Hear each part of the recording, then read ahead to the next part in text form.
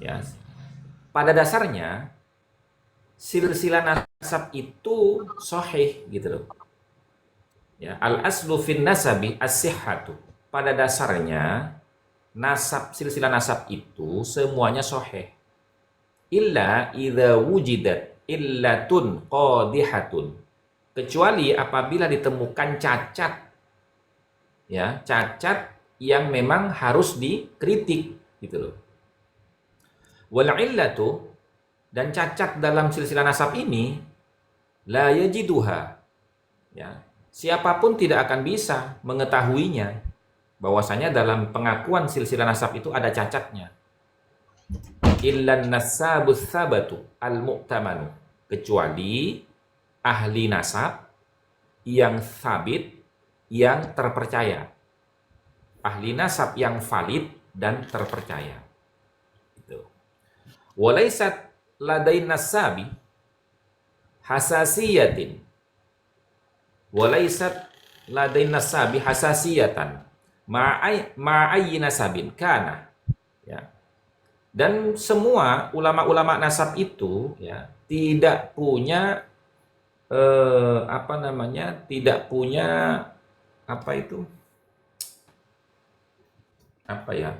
Hasasiyah itu istilahnya kecenderungan untuk merendahkan nasab-nasab yang lain gitu loh. Walakinnahu dzu hasasiyatin mufritatin ma'al khata'. Akan tetapi mereka ini, ya, memiliki kepekaan, ya, di dalam kesalahan-kesalahan yang ada di dalam urutan silsilah nasab itu. Walaisat kullu illatin qadihatun, dan tidaklah semua cacat itu qadihah. Qadihah itu bisa dikritik gitu. Itu atau buruk gitu ya. Itu teman-teman. Jadi kalau bukan ahli nasab, dia tidak punya kepekaan untuk menyadari bahwasanya pengakuan nasab ini tidak benar kayaknya. Gitu loh. Tapi kalau seorang ahli nasab, ya kan? Nah, ketika dia itu meneliti, dia akan peka. Oh, ini keliru nih, gitu. Nah, itulah ahli nasab itu, teman-teman. Artinya ahli nasab itu tidak hanya sekedar menerima informasi begitu saja. Gitu. Makanya dalam kitab Rosail itu kan dijelaskan, ya. Dijelaskan begini, wa yanqudun nasabu wa yanqudun nasabatu kullama yasiluhu wa la yataqabbalu syai'an illa ba'da naqdihi wa illa kana qassasan. Artinya, wa yanqudun nasabatu kullama yasiluhu, para ulama ahli nasab itu akan meneliti, kullama yasiluhu, akan mengoreksi, akan mendeteksi, kullama yasiluhu, setiap informasi yang sampai kepadanya. Wala yataqabbalu syai'an, dan ahli nasab itu tidak akan menerima begitu saja suatu informasi yang sampai kepadanya, illa ba'da naqdihi, kecuali setelah dia menelitinya, baru akan dia menyampaikan apakah ini sahih, apakah ini dhaif, apakah ini mardud, apakah ini masyhur, apakah ini batil. Itu setelah penelitian. Wa illa, kalau tidak, setiap nerima informasi tanpa diteliti, ya kan, tanpa dikoreksi, tiba-tiba diterima, oh sahih ini, tanpa diteliti, tanpa dikoreksi, tanpa ditelaah, tiba-tiba oh ini batal nasabnya. Ya karena kososon, maka itu namanya dongeng, gitu. Ahli dongeng, bukan ahli nasab itu. Gitu. Ya sama kan, ketika orang mengaku sebuah intisabun nasab, ketika ditanya mana buktinya, ternyata tidak bisa memaparkan, mentafsirkan bukti-buktinya, tapi malah marah-marah, mencaci maki, menghina, melaknat orang, itu namanya tukang dongeng gitu. Gitu teman-teman. Nah, kemudian kaidah yang kelima, yasbutun nasabu birruq'atis sahihati. Tetapnya sebuah nasab itu birruq'atis sahihati, berdasarkan catatan nasab as-sahihati, yang sahih, yang benar. Wa syuhratil mustafidati, dan berdasarkan keterkenalan dan kepopuleran nasabnya. Wal i'tirafil mutabaduli, ya, dan pengakuan yang turun-temurun, al-mutabadul, turun-temurun. Wa tahqiqul muhaqqiqis sabati, dan berdasarkan penelitian para peneliti yang valid. Fa idza wujidatir ru'atus sahihatu, maka ketika telah ditemukan catatan nasab yang sahih, batalat tawaturul mukhalif, maka batallah, ya, syuhra wal istifadahnya sebuah nasab yang bertentangan dengan catatan nasab yang sahih, gitu. Amma idza adamatir ruq'atu, adapun apabila tidak ada sama sekali catatan ulama nasab tentang sebuah silsilah nasab, maka ukhida bil mutawatiri wal masyhur, yang diambil itu dasarnya adalah kemutawatiran dan kemasyhuran sebuah nasab. Nah, tapi kemasyhuran dan kemutawatiran sebuah nasab itu ketika bertentangan dengan catatan ulama nasab, maka batal. Yang dimenangkan catatan ulama nasab. Begitu, teman-teman. Ya, monggo Ki Haji. Dikomentari Ki Haji.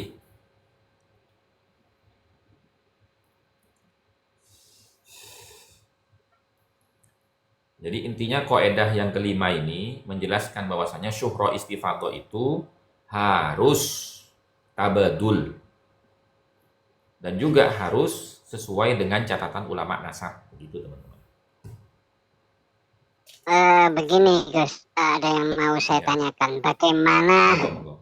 tentang pendapatnya si Ustadz Wafi ya, bahwasanya nasabnya habaib itu syuhra wal istifadah.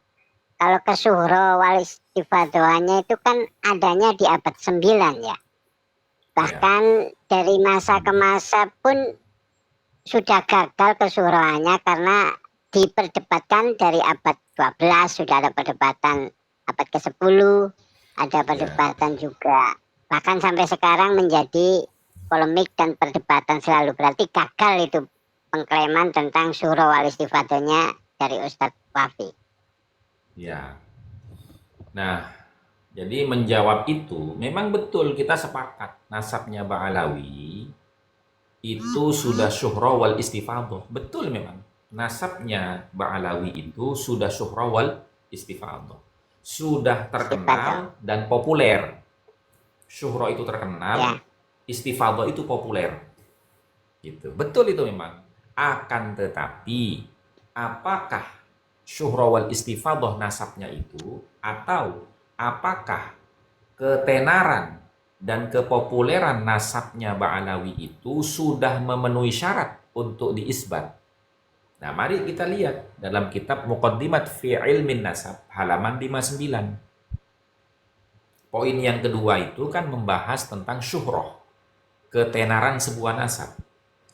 Asy-syuhratu, adapun ketenaran sebuah nasab, syartun, syaratnya antakuna hadhihi syuhratu, ya, syaratnya itu adanya ketenaran sebuah nasab ini bil istifadati, itu harus mencapai kepopuleran. Jadi kalau tenar itu hanya di ruang lingkup keluarga besarnya. Tapi kalau populer itu bahkan di suku-suku lain, di bangsa-bangsa lain itu juga sudah populer. Itu syarat yang pertama. Wa antakuna mustahdatsatan tamat tasqif, dan hendaknya syuhra wal istifadhah sebuah nasab itu bukan baru, tamat tasqif, yang sengaja dipopulerkan alaiha, atas silsilah nasab tersebut. Gitu loh. Nah, artinya apa ini? Sejak kapan nasabnya Ba'alawi itu mencapai derajat syuhra wal istifadhah? Sejak kapan? Sejak Ali Asyakron mimpi dan mencatat nasabnya. Nah, berarti itu kan syuhra yang baru. Kenapa? Ya. Karena pongkol nasabnya itu bukan Ali Asyakron. Pongkol nasabnya itu adalah Ubed. Maka benarkah Ubaid ini sebagai putranya Ahmad bin Isa? Itu yang harus syuhra wal istifadhah. Gitu loh. Makanya tadi kan di halaman ke-82 itu kan disebutkan kan, wal i'tiraful mutabadul. Jadi dari mulai kakek buyutnya ya, Ubaidillah ataupun Ubaid atau Abdullah itu sudah populer bahwasanya dia itu putranya Ahmad bin Isa. Nah, kemudian Ubaid ini atau Abdullah atau Ubaidillah ini itu punya anak bernama Alwi, dan anak Alwi ini juga harus populer bahwasanya dia itu putranya Ubaid atau Abdullah atau Ubaidillah bin Ahmad bin Isa. Begitu loh. Nah, sampai sekarang ini harus populer semua. Itu syaratnya syuhra istifadhah. Gitu. Nah, kemudian Syekh Mahdi Ar-Raja'i di dalam kitabnya Al-Mu'qibun itu kan membuat syarat definitif secara ringkas untuk mudah difahami oleh semua orang. Ya, bagaimana kata dia? Asyuhratu wal istifadatu bisiyadah. Jadi ketenaran dan kepopuleran nasab seseorang itu bisiyadah, berdasarkan gelar kesayitannya. Bihaitsu biayyakuna aba'uhu wa ajdaduhu, dengan adanya bapak leluhurnya ma'rufina, itu dikenal, masyhurina, dan terkenal, bisiyadati, dengan gelar sayyid, bihaitsu ya'rifunahum, dengan sekiranya semua orang dari berbagai macam kalangan suku bangsa ya'rifunahum, mengenali mereka, bisiyadati, dengan gelar sayyid, fi jami'il ajyali, sepanjang generasi nasabnya. Nah, sekarang pertanyaan saya, ya, di dalam kitab-kitabnya Ba'alawi ketika menyebutkan Abdurrahman kakeknya Ali As-Sakran, ketika menyebutkan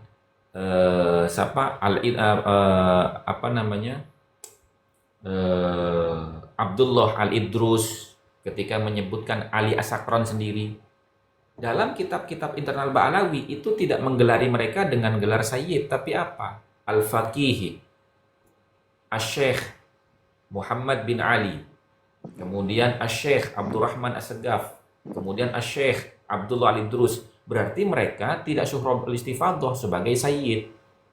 Gitu loh. Kan begitu Bang Kipung. Ya Gus. Jadi artefak yang ditinggalkan di mana itu, di Hadramaut atau di Tarim itu kan tidak ada satupun batu nisan yang bergelar Habib. Semuanya di depannya itu panggilannya Syekh semua, termasuk Fakih Muqaddam pun bukan Habib. Maksudnya bukan apalagi Habib kan? Imam Maksudnya Al-Haddad. yang bergelar sayyid lah. Ya, bergelar Sayyid maupun Syarif nggak ada di tulisannya itu. Iya. Tapi Syekh itu kan guru ya. Betul. Atau Ustadz lah. Nah, karena mereka nggak berani menyematkan nama itu. Kalau disematkan di sana rata itu kuburannya, Gus. Karena iya, orang-orang karena Tarim sana nggak percaya. Iya, betul. Nah, Beda kemudian kalau di Indonesia ini. Yang berkaitan dengan tadi, teman-teman, ya. Itu begini, teman-teman. Syekh, Bapak. Oh ya, enggak, teman-teman. Tidak ada orang Arab itu yang memanggil bapaknya dengan panggilan Syekh, itu nggak ada, teman-teman. Nggak ada. Alla yakuna laha ma yu'ariduha min ruk'atin qat'iyyatid dilalah. Syura istifadhah itu hendaknya tidak bertentangan dengan catatan ulama nasab yang didukung oleh dalil-dalil yang valid. Gitu. Nah, jadi di sini sama halnya, yang dimenangkan itu catatan. Jadi kebenaran daripada syura istifadhah itu harus mendapat dukungan catatan ulama nasab. Kalau tidak mendapat dukungan, bahkan bertentangan dengan ulama nasab, maka syura istifadhahnya batal. Begitu. Begitu, teman-teman. Bang Monggo, Makasih Gus. silakan. Assalamualaikum Gus. Saya mau turun Gus. Saya kayaknya Oh ngantuk iya. saya. Iya, iya, Assalamualaikum. monggo, monggo. Monggo, Waalaikumsalam waalaikumsalam warahmatullahi warahmatullahi wabarakatuh. Nanti wabarakatuh. saya DM insya Allah. Waalaikumsalam warahmatullahi.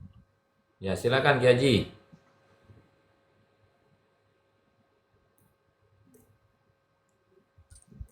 Yang berhubungan dengan poin yang kelima ini Gus. Yathbutun Ya, nasab birrik'ati sahihati wasyuhratil mustafidati wasyuhratil mustafidati wal i'tirafil mutabadil wal i'tiraful mutabadil. Ini yang dimaksud rik'ah di sini apakah termasuk makhtutot atau catatan-catatan silsilah yang lain? oh iya, kan jelas itu kan. Di halaman 58 itu kan jelas. Mm. Ar-ruk'atu ay al-maktubu. Yang disebut dengan ruk'ah itu adalah catatan. Gitu loh. Catatan siapa? Catatan ulama nasab atau kitab ulama nasab. Itu disebut ruk'ah dalam perspektif ilmu nasab. Oke, Gitu. oke. Jadi ruk'ah itu maknanya dua, Kiai. Maknanya dua. Bisa catatan ulama nasab, bisa kitab ulama nasab. Gitu. Iya, iya, iya, siap.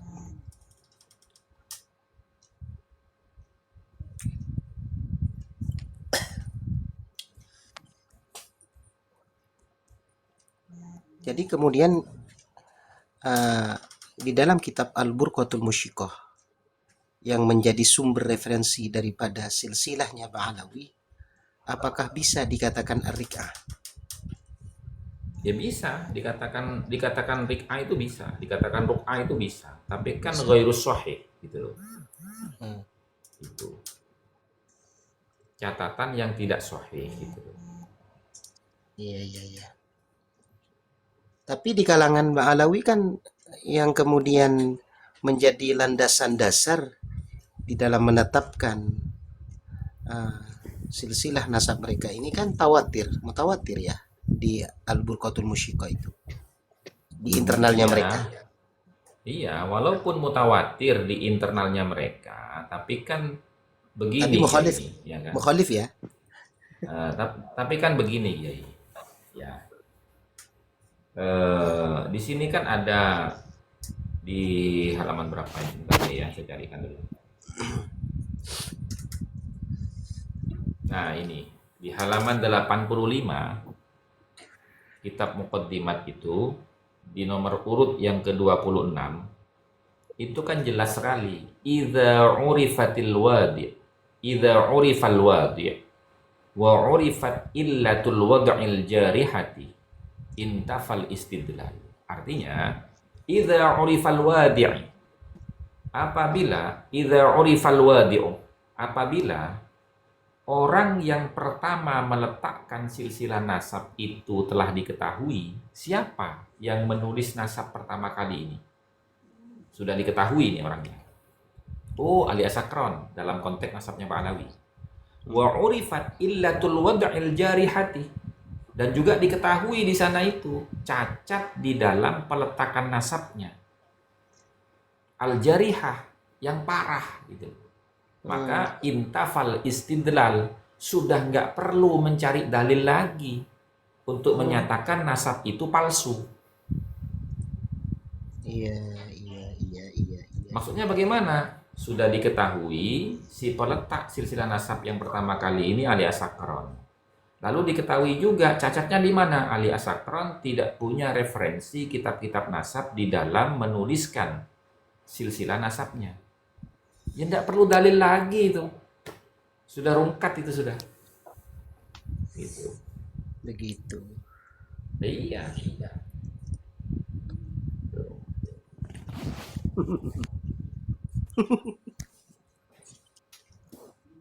Aduh. Nah, artinya gimana? Kalau kitab Al-Burqah saja sudah rungkat, Kiai. Ya kan? Kitab Al-Burqahnya sudah rungkat nih. Berdasarkan kaidah tadi, idza urifal wadi'u wa urifa illatul wad'il jarihati intafal istidlal, ya kan? Udah rungkat nih kitab Al-Burqahnya. Nah, kitab setelahnya Al-Burqah yang menginduk kepada Al-Burqah itu semuanya rungkat, Kiai. Karena apa? Berdasarkan kaidah usul secara ijmal, at-tabi'u tabi'un limatbu'ihi. Ya kan? Iya.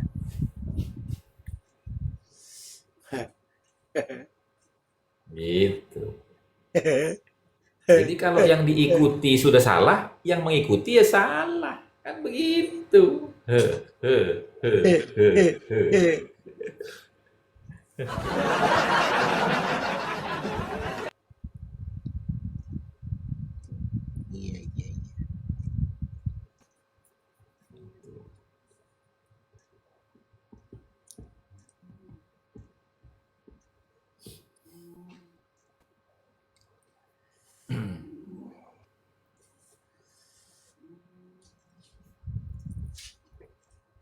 Sebetulnya letak cacatnya di mana sih? Cacatnya itu banyak.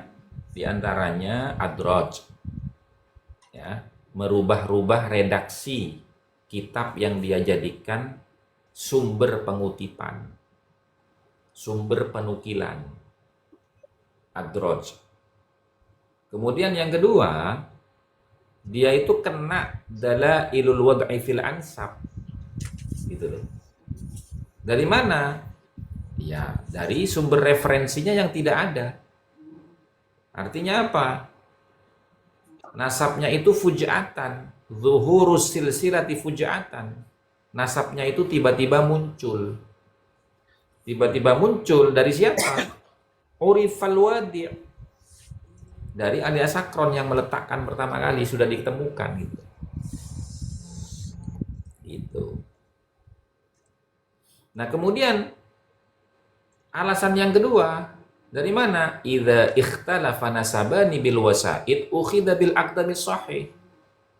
Ali Asakron membuat catatan nasab, ya kan? Kemudian bertentangan dengan catatan nasab yang lain. Nah, maka yang dimenangkan itu mana? Catatan nasab yang lebih tua. Ukhidha bil aqdami sahih. Gitu loh. Kan begitu. Nah, yang lebih tua apa? Kitab-kitab yang lebih tua daripada Asakron itu semuanya mengatakan Ahmad bin Isa tidak punya anak bernama Abdullah, Ubaidillah ataupun Ubed. Gitu loh. Begitu sudah. Ini ada yang komen teman-teman.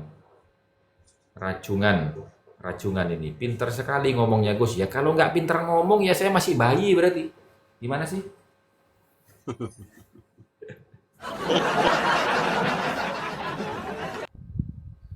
Nah, kalau bayi Tarim tidak akan tumbuh kumis, Gus, sebelum jadi wali.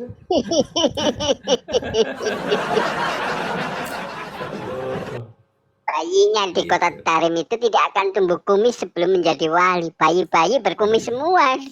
Karena bayi Tarim itu wali semua. Iya. Iya.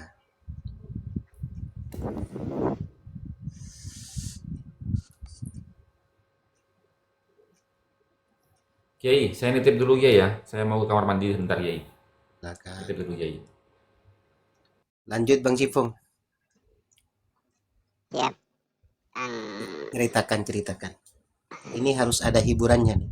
Soalnya dari tadi lemes. Dari tadi lemes ya. Belum ada hiburan. Belum ada Ya, asupan kalau kita humor. mendengarkan ceramah-ceramah dari babinana itu kan banyak yang menyelisihi menyelisihi syariat, menyelisihi akidah kita. Iya. Yang Contohnya seperti apa Bang Cipung? Coba dong. salah satu contoh, pakai muqaddam bisa mi'raj 70 kali, bertemu kepada Allah, langsung menghadap sama Allah, bahkan sampai mi'rajnya itu membawa kambingnya, sehingga kambing tersebut hafal nama-nama jalan di langit. Itu kan sudah menyelisih daripada akidah kita. Yang orang yang bisa mi'raj itu hanya Nabi Muhammad SAW. Itu pun hanya sekali. dan pulang dari Mi'raj itu membawa perintah sholat. Nah, si Fakih Muqaddam 70 kali bertemu Allah itu membawa perintah apa? Kalau menurut para mukibin dan para kibib itu kan karomah katanya, Bang Cipung. Itu gimana? Nah, kalau karomah itu Bang ya, karomah itu bukan seperti itu. Kalau karomah itu tidak akan menyelisihi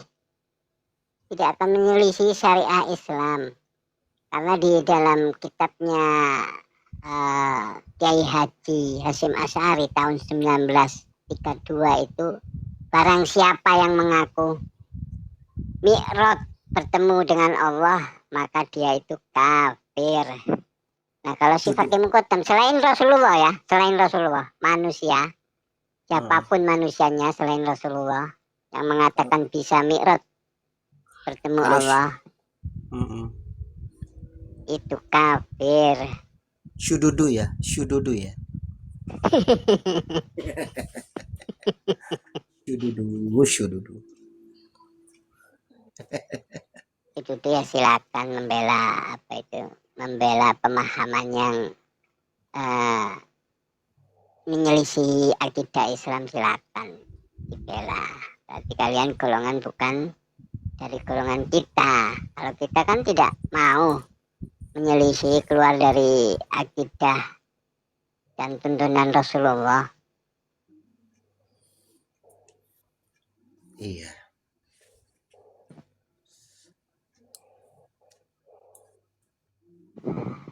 Itu ceramah-ceramah yang sering di-upload oleh orang-orang itu dari kalangan para habib itu bagaimana itu? Kalau menurut Bang Cipung bagaimana? Nabiullah Khidir itu mengambil berkah dari bekas tempat sandalnya Fakih Muqaddam itu bagaimana? Logik apa enggak tuh? Bohong ah. Bohong. Nabiullah Khidir itu kan gurunya Nabi Musa. ya, Nabi Musa. Sedangkan si Fakih Muqaddam itu di abad berapa? Satu, tidak ketemu zamannya.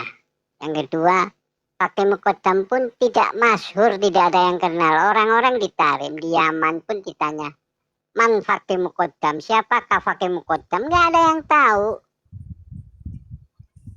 Gitu ya. Kalau menurut Kiai Afih gimana Kiai Afih? Apakah Ada yang lebih apakah parah yang lagi. lain? Ada yang lebih parah lagi, katanya Nabi, terus Sayyidina Ali, terus siapa lagi belajar ilmu nahu katanya. Belajar Iya, ilmu nahu ke salah satu habib, siapa tuh? Itu lebih parah itu. Masa Nabi nggak ngerti nahu sorof sih? Nabi itu kan bahrul, itu apa? ilmu. Bahrul ulum mu'ali babuha. Madinatul Masa? Iya. Iya, Jadi Madinatul Ilim. Terus Bahrul Ulum. Jadi sabdanya Itu kan Nabi udah itu, sifatnya menyeluruh, lautan ilmu. jadi kalau Ini menurut katanya sabda Nabi dan Sayyidina Ali. iya. Karomah itu betul kata Mas Cipung, itu nggak mungkin menyelisihi syariat. Itu kayak gini, orang bisa jalan di atas air, kan secara syariat itu tidak dosa. Betul tidak? Kan karomah itu sebenarnya makna karomah itu kan kemuliaan. Allah muliakan dengan khawarikul adat. Itu tapi tidak menyelisihi syariat. Gitu. Betul. Ini kalau udah menyelisihi syariat ya bisa jadi ihanah atau istijroj. Ya. Ya karena banyak itu kayak Fir'aun tuh istijroj tuh. Sama idza arad wajad.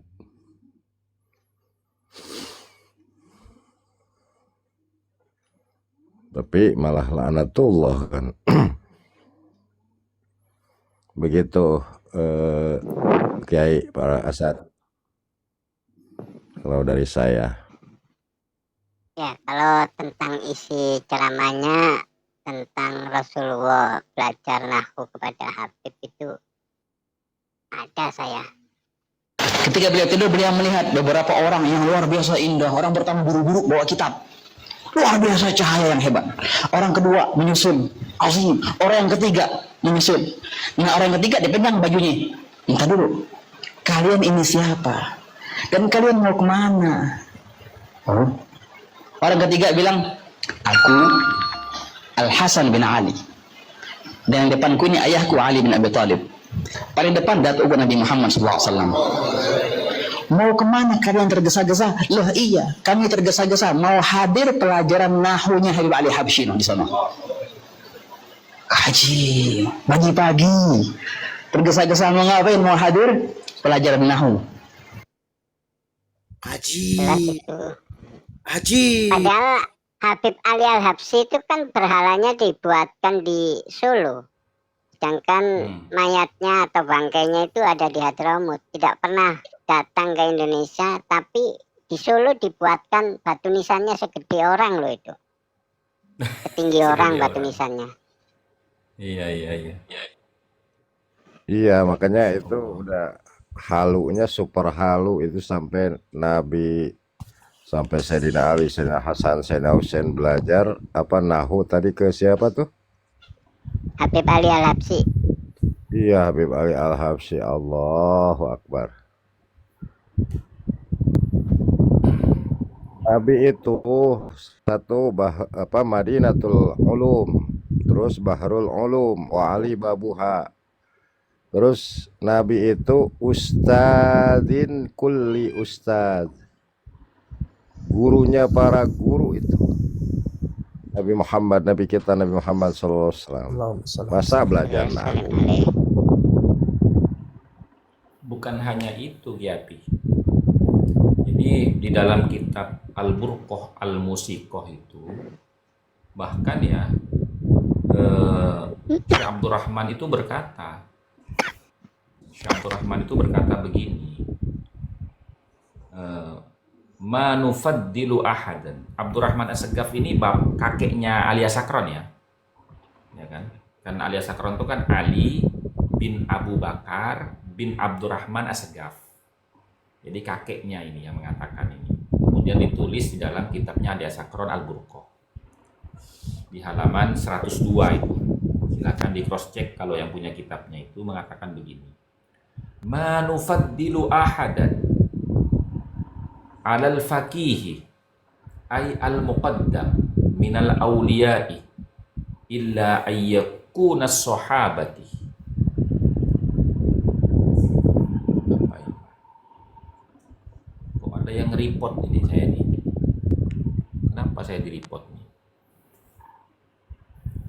Nah, jadi manufaddilu ahadan alal faqihi ay al muqaddam minal awliya'i illa ayyakuna sahabah. Wa man warada fi fadlihim nassun sahihun nabawiyyun mithlu Uwais wa ghairihi. Jadi kami tidak pernah mengutamakan siapapun dari kalangan para wali-walinya Allah, ya kan? Kecuali faqih muqaddam. Kami tidak pernah mengutamakan siapapun dari kalangan wali-walinya Allah di atas keutamaan al-faqih al-muqaddam. Jadi menurut mereka ini yang paling utama di antara wali-walinya Allah itu faqih muqaddam. Kecuali para sahabat Nabi, wa man warada fi fadlihim nassun sahihun an-nabawiyyun. Ya, kecuali para sahabat dan orang yang keutamaannya itu dijelaskan di dalam hadis Nabi yang sahih seperti Uwais Al-Qarni dan lain sebagainya. Nah, padahal teman-teman ya, tidak ada satupun ulama itu ya yang lebih mengunggulkan atau mengutamakan faqih muqaddam dibandingkan para wali-wali yang lain. Seperti contoh Syekh Abdul Qadir Al-Jilani, Syekh Abdul Hasan Asy-Syadzili, ya kan? Bahauddin An-Naqsabandi, Syekh Ahmad At-Tijani, kemudian Syekh Imam As-Sanusi. Kan tidak ada ulama-ulama kita yang menyebutkan selain mereka-mereka itu. Seperti halnya Faqih Muqaddam ini nggak ada. Kecuali internalnya Ba'alawi, dan itu tidak tertulis dalam kitab-kitab yang lain, kecuali ditulis dalam kitab Al-Burqah yang pertama kali, lalu kemudian diikuti oleh kitab-kitab internalnya Ba'alawi. Nah, kemudian dia mengatakan lagi, ya, di halaman 102 juga masih itu. Warawa as-siqatus shalihuna, telah meriwayatkan orang-orang soleh yang terpercaya, annal faqihah al-qutbah asy-syaikh Muhammad bin Ali al-Madhkur, bahwasanya Faqih Muqaddam, seorang wali kutub, yaitu yang bernama Muhammad bin Ali tersebut, kana yaqulu, dia berkata, ana fikum ka Muhammadin fi qaumi, Ya saya Allah. di hadapan kalian bagaikan Nabi Muhammad di hadapan umatnya. Maksudnya apa? Maksudnya itu dialah orang yang paling utama di zamannya, gitu. Jadi nggak ada orang yang paling utama selain Faqih Muqaddam di zaman itu. Nah, kan lucu kalau begitu. Buktinya mana? Kok hanya kamu doang yang mengatakan? Ulama-ulama lain tidak ada yang mengatakan seperti itu. Gitu. Nah, kemudian yang lebih anehnya lagi begini, Bang Jipung. Qalal masyayikhul arifuna. Para syekh-syekh yang arif, ya, dia berkata, ma shallaina ala janazatin illa wal faqihu Muhammad bin Ali ba'da mautihi yusalli ma'ana aidan. Artinya, walaupun Faqih Muqaddam itu sudah wafat, tapi dia selalu hadir bersama kami ketika kami melakukan sholat jenazah. Jadi walaupun sudah mati itu masih mensolati jenazah-jenazahnya orang bersama para kiai-kiai itu. Tapi yang ngomong nggak jelas.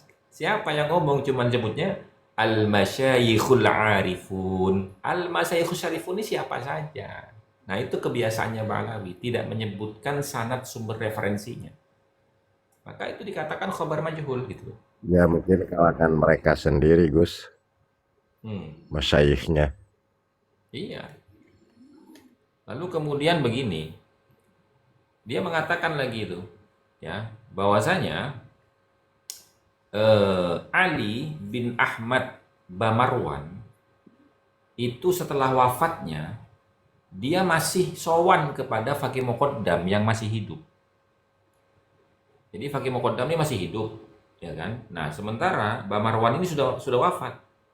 Nah, itu bisa datang sowan kepada Faqih Muqaddam. Lalu Faqih Muqaddam berkata, "Kaifa ana indakum?"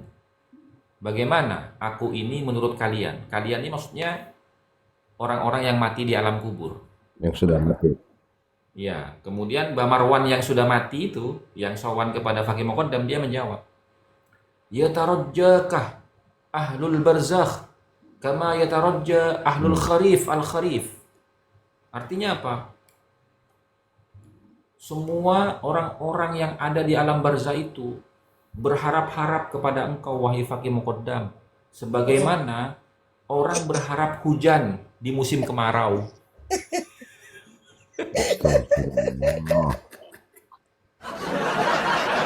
Ya Allah, ya Rasulullah. Betapa halunya mereka ini, ya Allah. Iya. Betapa halunya mereka ini, ya. Keterlaluan, overdosis, overload, ya kan, offset dan sebagainya. Allah. Boya jongono, kalau pengen suatu kemuliaan jangan terlalu gitu loh. Iya, bilang aja gitu Nah, loh. ini Kiai yang membuat Yang membuat saya itu kenapa kok membaca kaidah yang pertama tadi, ya kan, di halaman 82 itu, ya. Sepertiga, Hah? sepertiga. Selalu Aduh, seperti super giga.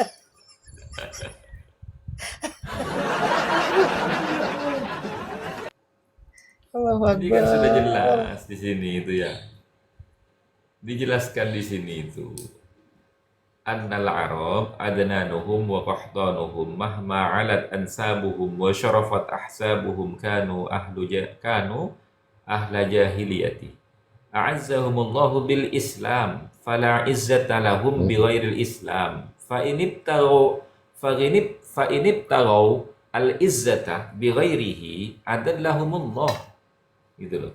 Makanya mereka itu dihinakan saat ini itu karena apa? Karena mereka mencari kemuliaan itu dari nasabnya. Dengan cara apa? Menggembar-gemborkan kepopuleran dan kesaktian-kesaktian leluhurnya. Iya. Gitu. Nah, itu kaitannya dengan kaidah yang pertama ini dalam kitab Muqaddimat ini. Emang benar-benar sakti leluhur mereka ini, Gus? Ya kan sebelum kita bicara Sakti dalam ya, kisah mereka. Iya, sebelum kita berbicara sakti, leluhur mereka ini terbukti ada apa enggak? Takutnya itu halu, fiktif, rekayasa, syakhsun wahmiyun khoyaliyun gitu loh. Ya, jadi kalau kita mengambil daripada pernyataan ini, pantas saja ya mereka ini tidak bisa membantah atau mengkanter pernyataan ilmiah dari kita-kita ini. Justru mereka ini mengkanter atau menjawab pernyataan kita ini dengan amarah, caci maki, menyerang privasi dan sebagainya gitu. Iya. Apakah kita hentikan aja ya kajian ilmu kitab ini? Cukup dengan tertawa aja gitu. Nggak Karena bisa. apa? Enggak. Bener Bang Cipung gitu. Bener Bang Cipung selama ini kan walaupun dia ini tahu ya tentang definisi dan sebagainya, kan dia selalu ngelucu gitu, guyon gitu. Heeh. Nah, pakai suara ala-ala Daus Mini gitu kan. Kemudian kemudian dia selalu nge-fly video-video yang lucu-lucu itu. Kita lucu-lucu aja dah ngadepin mereka ini. Apa? Ya karena kita ini seakan-akan bagi mereka ini ya tidak penting gitu loh. Karena apa? Yang selama ini kita harapkan untuk bertukar pendapat, diskusi secara ilmiah, akan tetapi tidak ada yang sepadan gitu. Yang ada cuma tapping kurang ajar, naik nyocot seenak udele dewe gitu kan. Kemudian nggak bisa dibilangin, nggak bisa menghargai orang. Aduh, gimana gitu loh. Iya makanya itu Ustadz kemarin yang semalam tuh ada siapa Mas Citrun ya? Iya, Oh ya. Mas Citrun kan dia pernah di mana di Tarim. Tarim. obat. Ya, Dia dari pernah ngajarin katanya ngajarin bahasa Arab. Jadi tinggal tersisa satu. hmm. Kan memang otaknya jongkok semua berarti. Ya, Iya. ya istilahnya yang bangor-bangor, yang males, yang nakal itu kan disuruh ngaji di Tarim Mm-mm. itu. Kenyataannya gurunya itu siapa? Habib Salim. Itu kan punya tata krama Hmm. Iya. gitu. Tapi pas giliran balik ke Indonesia, Allahu Akbar. Dan mereka itu kalau saya mengkaji kan gini, kan di kalimat Quran itu ada banyak kalimat kata la'allakum tatafakkarun, la'allakum ta'qilun. Ya. Nah, itu kan sebenarnya harusnya kita ini mikir, terus akal kita dipakai ketika ini kan dia Habaib ini kan nggak hormat perempuan, termasuk ibunya, neneknya. Ya. Mm-mm. Nggak pernah mereka nyebut ibunya siapa. Sementara dalam Quran sengaja Allah ciptakan Nabi tanpa bapak, Nabi Isa. Tapi kalau mulia ya tetap mulia. Malah Nabi kita Nabi Muhammad SAW punya anak laki-laki 3 semua meninggal. Yang punya keturunan diantaranya kan bukan hanya Siti Fatimah sebenarnya kan. Ya. Itu dari pihak perempuan kan menandakan bahwa kita pun harus menghormati perempuan karena ibu kita perempuan. Gitu. Makanya di kita makan Indonesia pada umumnya, terus khusus Jawa lah. Turunan mau dari ibu mau dari bapak sama aja kan? Betul, Betul. Karena darah itu menetes. Ya. betul, betul, betul. Sekarang turunan Wali Songo dari pihak wanita, dari perempuan, tetap aja kita, misalnya si A turunannya walaupun dari perempuan, tetap aja mulia kalau kita punya ilmu dan akhlak. Betul tidak? Kita Betul. harusnya Betul. mikir ke sono. Apa Allah mewafatkan anak-anaknya Nabi? Kan kalau mau objektif mah sebenarnya kan Habib itu kan tidak tersambung ke Nabi. Sekalipun turunan Nabi, kalau ngambil dari jalur laki-laki kan Nabi Laki-laki tidak semua. hanya dari Siti Fatimah, dari wanita, berarti terputus dong di situ. Iya. Awah, Nggak liar abdi mah. Liar abdi mah. Artinya Ustadz, Allah sengaja mewafatkan anak-anak Rasul, terus yang turunannya itu dari jalur wanita. Untuk apa? Artinya dari turunan wanita pun bisa mulia kalau kita mau hidup mulia. Dengan apa ya tadi? Dengan ilmu dan dengan adab, dengan akhlak. Betul. Kan gitu. Quran. Nah, iya kan itu di Quran, la'alakum ta'qiluna lakum tatafakarun. Sengaja Allah ciptakan seorang nabi tanpa bapak, dari jalur ibu, dari Siti Maryam, Nabi Isa itu. Kan tetap mulia. Leres eta mah ajengan leres. Leres teu? Leres. Leres. Betul. Oke. Itu ya mah logika lah, ada saya mah teu bisa ngaji euy. Ya, bisa aja. Saya mah teu bisa ngaji, cuma logika aja lah. Gitu. Samuhun ajengan. Ya gitu. Jadi sengaja Allah ciptakan anak-anak putra-putra Rasul itu yang laki-laki itu wafat masih kecil. Yang berketurunan dari Siti Fatimah. Artinya apa? Supaya kita mikir, supaya kita berakal. Ternyata dari jalur wanita pun tidak terputus. Itu turunannya. Memang tidak terputus, Kiai. Kalau bicara itu ya, saya mengambil ibarah itu di dalam Al-Qur'an saja. Ya. Kan? Di dalam Al-Qur'an itu jelas disebutkan itu bahwasanya keturunan perempuan itu tidaklah terputus. Seperti contoh dalam Al-Qur'an itu kan, wa Zakaria wa Yahya wa Isa, ya kan? Iya.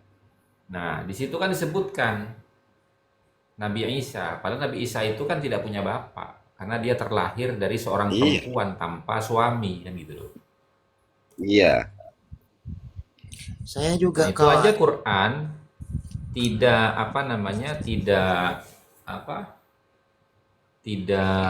memutuskan garis nasabnya Nabi Isa kepada Nabi Ibrahim melalui Siti Maryam. Itu kita bisa lihat dalam Al-Qur'an itu surat Al-An'am ya.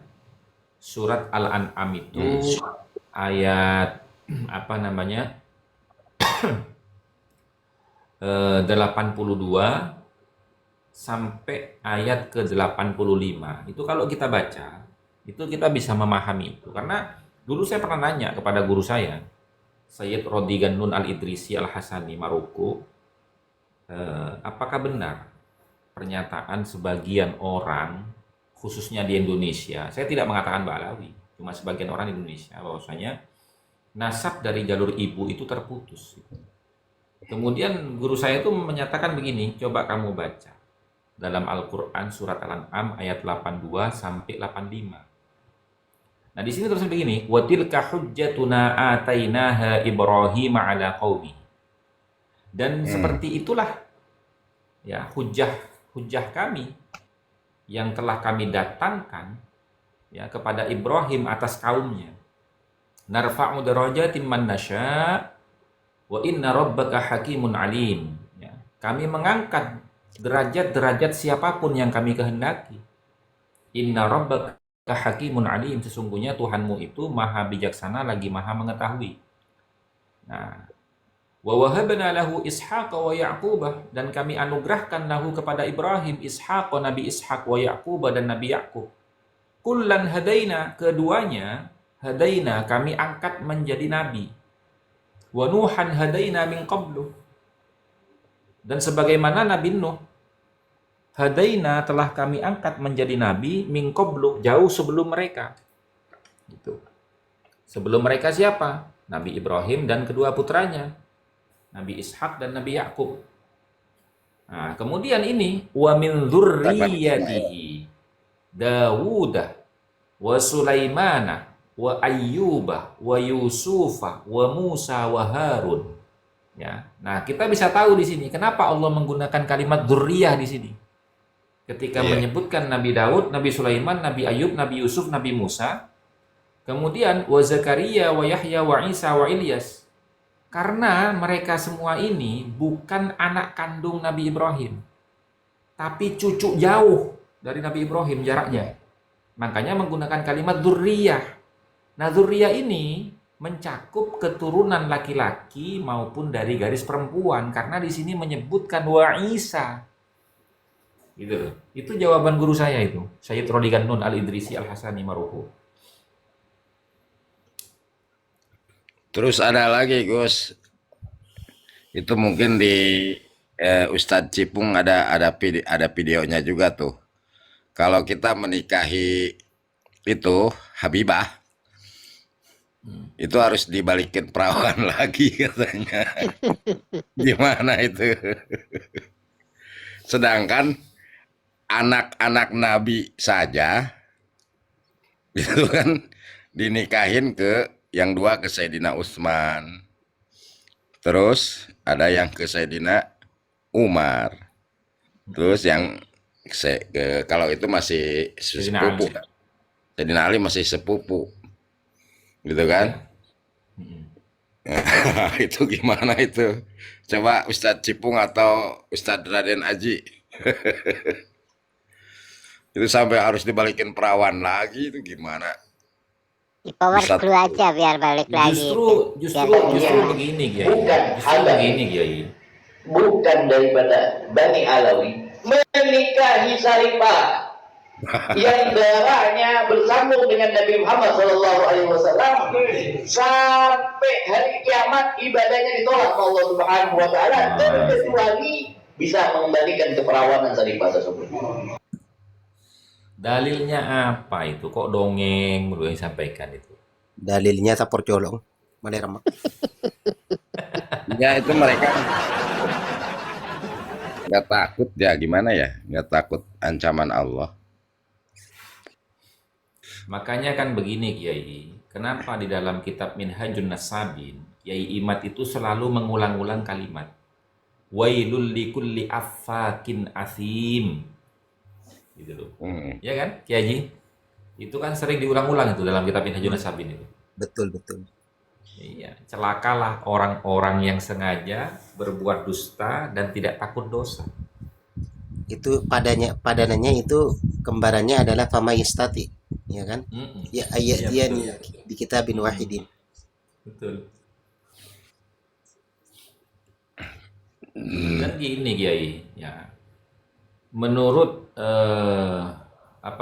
penulis kitab Rosail fi Ilmil Ansab, ya Kiai.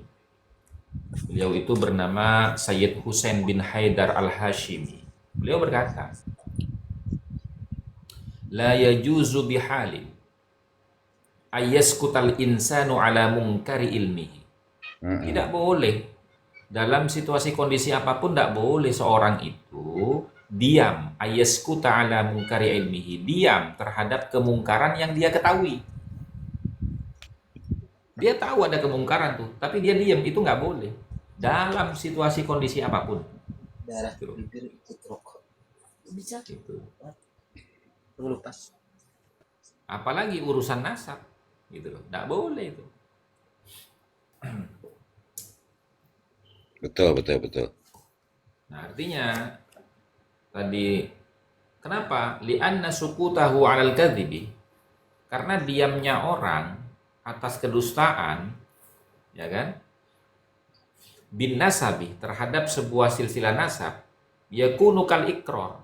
Itu sama saja seperti dia itu membenarkan sesuatu yang dia ketahui kemungkarannya dan kedustaannya.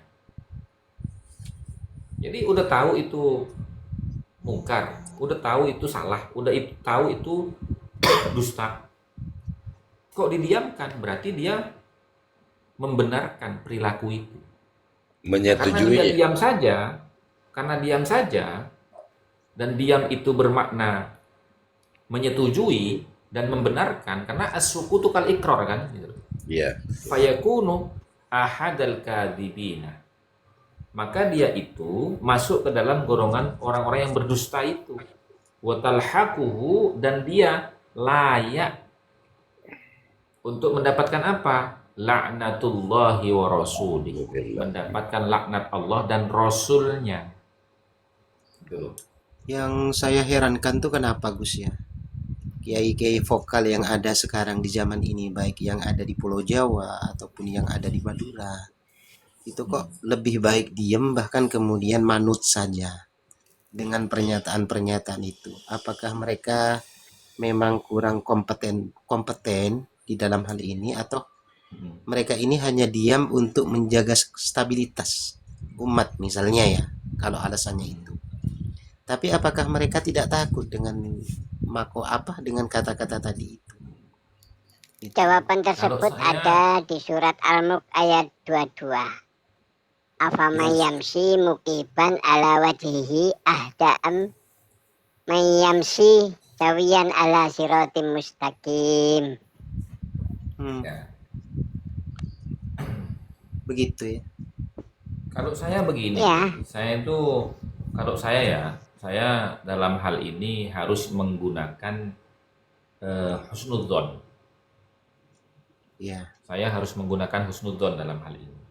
Karena ini Kenapa? berkaitan dengan alasan orang kan. Kenapa kok dia diam? Berarti yang kita tanyakan alasan diamnya kan. Mm-mm.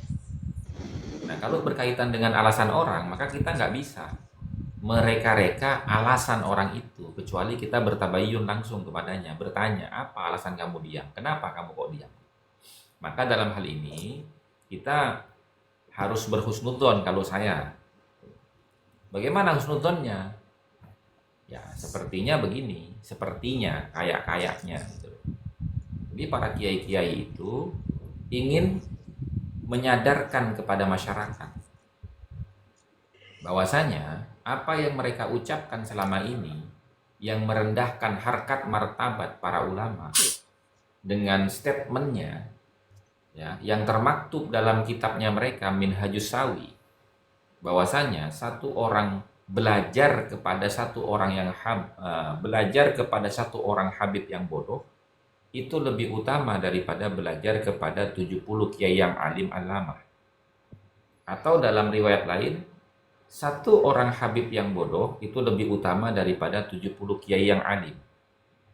Nah, untuk menjelaskan bahwasanya statement ini salah, maka kiai itu diam semua.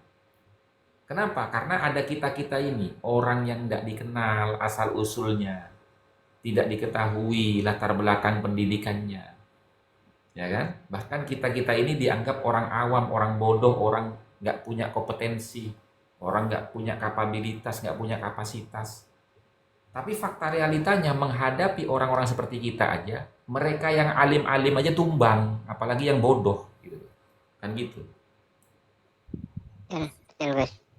Itu ada yang Husnudzon saya. tapping Gus.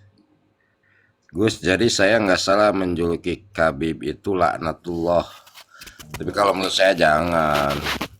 Karena mereka masih iman pada Allah, masih iman pada Rasul. Jangan laknat melaknat nggak boleh, hanya Allah yang boleh melaknat.